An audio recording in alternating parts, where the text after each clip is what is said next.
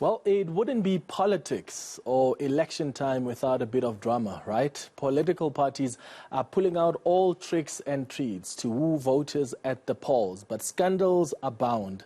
From the ANC's substandard Eastern Cape Stadium with a 15 million rand price tag to the DA's about turn over the Phoenix posters that caused a public outcry. What impact, if any, will these have on the polls? Let's discuss the drama unfolding ahead of the local elections with political analyst Khanyi Magubane. Khanyi, thank you so much for making time. I think we should start with load shedding. How do you cut off electricity for the citizens just a few weeks before elections? Citizens you need votes from. People are mad, and I wonder if such events actually influence voter behavior, or will people actually forgive and even forget at the time of the 1st of November, forget about the darkness that they would have been subjected to a few weeks earlier? Well, you know, Clement, one thing that's interesting is that we've never had load shedding on election day. So that should tell you something. But, sorry, excuse me. But it certainly could not have come at a worse time, especially when government needs to be on its best behavior, because they're courting voters at this time. And we know that the issue of load shedding has been an ongoing one post-1994 and has remained a problem that the governing party has not yet been able to have a good handle of. We've seen the building of different plans that are set to help put more megawatts towards the national grid, but that has not yet resolved our energy crisis. Yeah. Whether that may be a case of the population expanding beyond what the country can manage to, supply energy. The reasons behind it have been documented widely. But back to your question, Clement, it really could not come at a worse time when the constituent needs to make a decision on who to vote for. Yeah, I'm just imagining the ANC campaigning in communities that are without electricity right now and saying, vote for us, we're going to fix it, when people are in the dark. The other scandal that the ANC is dealing with is with the so-called stadium that cost 15 million rand in the Mgijima municipality in the Eastern Cape.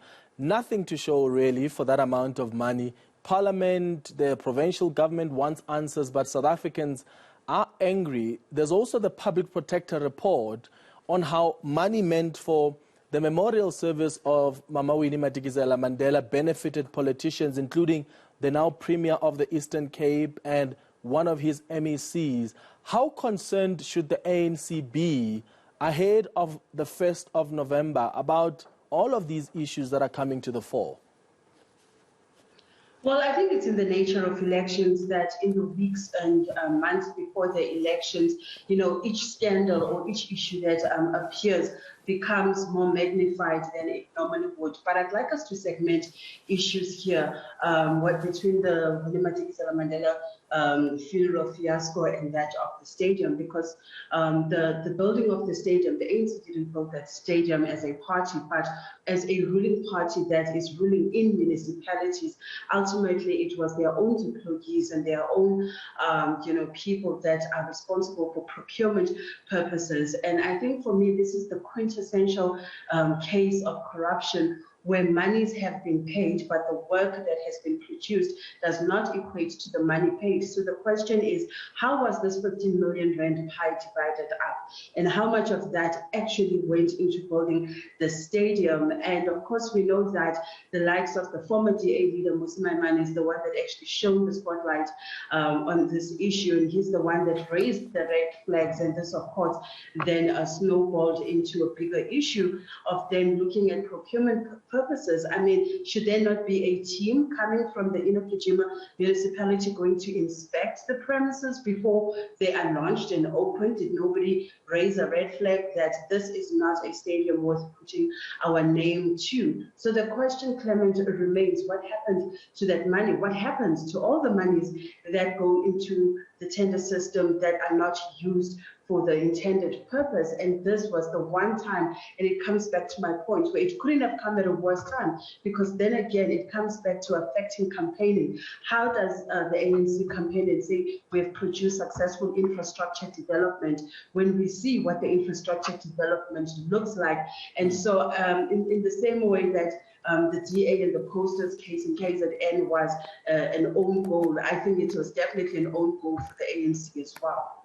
Yeah, and let's get into that fiasco around the DA, because they've been putting out fires regarding its posters, and I quote here, electorally stupid posters. That's also made many people angry, and I wonder what you make of how the DA has handled this outcry. You've got Helen Zille, who was in the Eastern Cape just last week, saying, I don't want to comment on that. I don't want to be responding to public outrage. You've got John Steenhuisen now apparently didn't sanction those posters, even though he defended them a day after already there was public outcry. So he knew very well what he was getting into when he was asked those questions and he was on a defense mode. What do you make of how the party has handled this issue? Well, I think there are a number of glaring issues that we can look at. Number one, when it comes to electioneering, you've got to have the same messaging throughout your election campaign. You cannot have different provinces forming their own messaging. And Dean McPherson, who's the KZN chairperson of the DA, has admitted that the posters were never sanctioned by John Steenhuisen, were never sanctioned by the party's election campaign committee. And so in essence, he went rogue as a provincial leader, and he created these posters, and it backfired when John had to defend those. Really, he was a sitting duck. He was exposed. I was watching that interview when the journalists were grilling him. And of course, as the party leader, there's no way he cannot come to the defense of the party with journalists and microphones in his face. He had to say something. But I definitely think that after that, John had a few unsavory words to say in the car, words that we shall not repeat, but to the effect of what was that? Like, can we just discuss what's happening? So this points to a lack of unified communication within the DA. People are not singing from the same hymn sheet. So who's the communications manager there that's crafting electioneering messaging? What is it that the DA actually wants to say to the voters? It remains unclear. Other than DA is a party that gets things done, that is their main messaging. Other than that, the other messaging is getting lost in the system, because now they ended up looking like a party that condones racist acts in the wake of the murder of the 36 Black South Africans in Phoenix. And that doesn't bode well for them, especially within your Black, Indian, and colored areas that are really looking for a space where they can fit in, where they can find an identity. People are looking for a space to call a political home. And for the DA to do that in many ways was definitely an own goal. Yeah.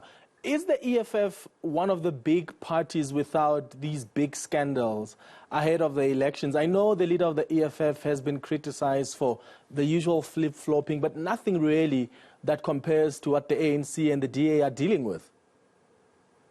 They've played it safe. They've managed to play it safe. If they do have any leadership contestations, if there's any cracks within the system, they've managed to ring-fence their problems quite well and keep them away from public scrutiny. So I think that the EFF is probably maybe one of the only parties that are going into these elections without any major scandal. And I think that may bode well for them in terms of the results that will come out come the 1st of November on election day. So far, the red team have played it well. Let's see what happens in the next few coming weeks.